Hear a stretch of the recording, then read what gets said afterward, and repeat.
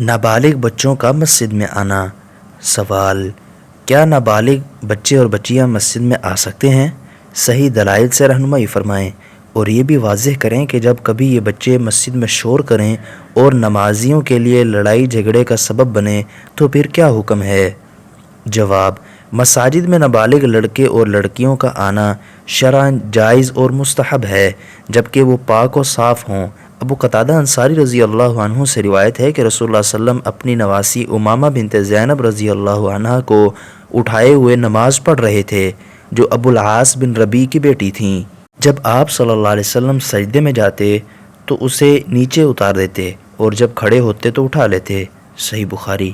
سیدنا بریدہ رضی اللہ عنہ کہتے ہیں کہ رسول اللہ صلی اللہ علیہ وسلم خطبہ دے رہے تھے کہ اس دوران حسن و حسین رضی اللہ عنہما سرخ قمیص زیب تن کیے گرتے ہوئے آ گئے، تو رسول اللہ صلی اللہ علیہ وسلم ممبر سے نیچے اترے، اپنا کلام منقطع کیا، پھر ان دونوں کو اٹھا کر ممبر پر تشریف لے آئے اور فرمایا: اللہ تعالیٰ نے سچ کہا، تمہارے مال اور اولاد فتنہ ہیں۔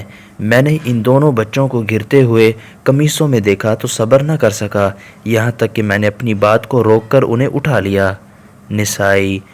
ابو قتادہ رضی اللہ عنہ سے روایت ہے کہ رسول اللہ صلی اللہ علیہ وسلم نے فرمایا: میں نماز میں کھڑا ہوتا ہوں تو ارادہ کرتا ہوں کہ قرأت لمبی کروں، لیکن جب میں بچے کے رونے کی آواز سنتا ہوں تو اپنی نماز مختصر کر دیتا ہوں، اس بات کو ناپسند کرتے ہوئے کہ اس کی ماں کو مشقت میں ڈال دوں گا۔ صحیح بخاری۔ سیدنا انس بن مالک رضی اللہ عنہ سے روایت ہے، نماز کی حالت میں رسول اللہ صلی اللہ علیہ وسلم اپنی ماں کے ساتھ آئے ہوئے بچے کی رونے کی آواز سنتے تو چھوٹی سورت کی تلاوت کرتے۔ صحیح بخاری۔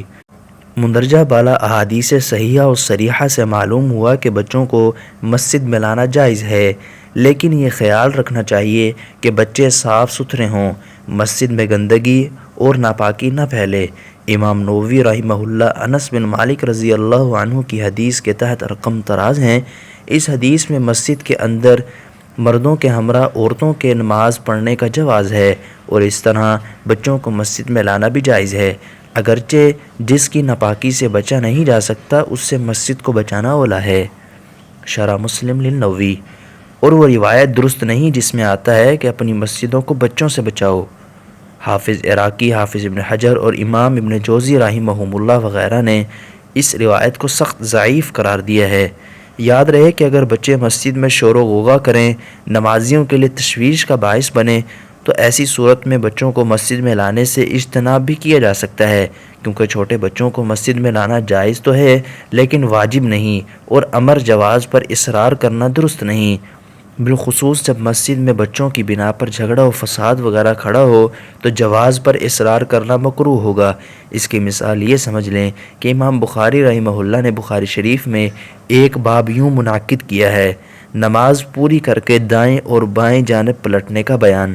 پھر اس کے تحت ذکر کرتے ہیں: انس بن مالک دائیں اور بائیں دونوں جانب پھر کر بیٹھتے تھے، اور جو آدمی جان بوجھ کر دائیں جانب پھر کر بیٹھتا اس پر اعتراض کرتے تھے۔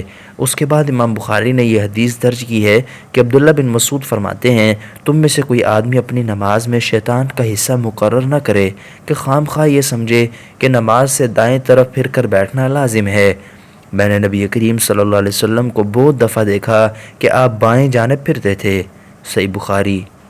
اس باب اور حدیث سے معلوم ہوا کہ نماز سے سلام پھیر کر دائیں اور بائیں دونوں جانب پھیرنا درست اور جائز ہے، لیکن اگر اس جائز کام کو کوئی شخص لازم جان لے اور صرف ایک طرف پھرنے پر اصرار کرے تو یہ شیطان کی کارستانی ہے، جو ابن مسعود رضی اللہ عنہ کے قول سے واضح ہے۔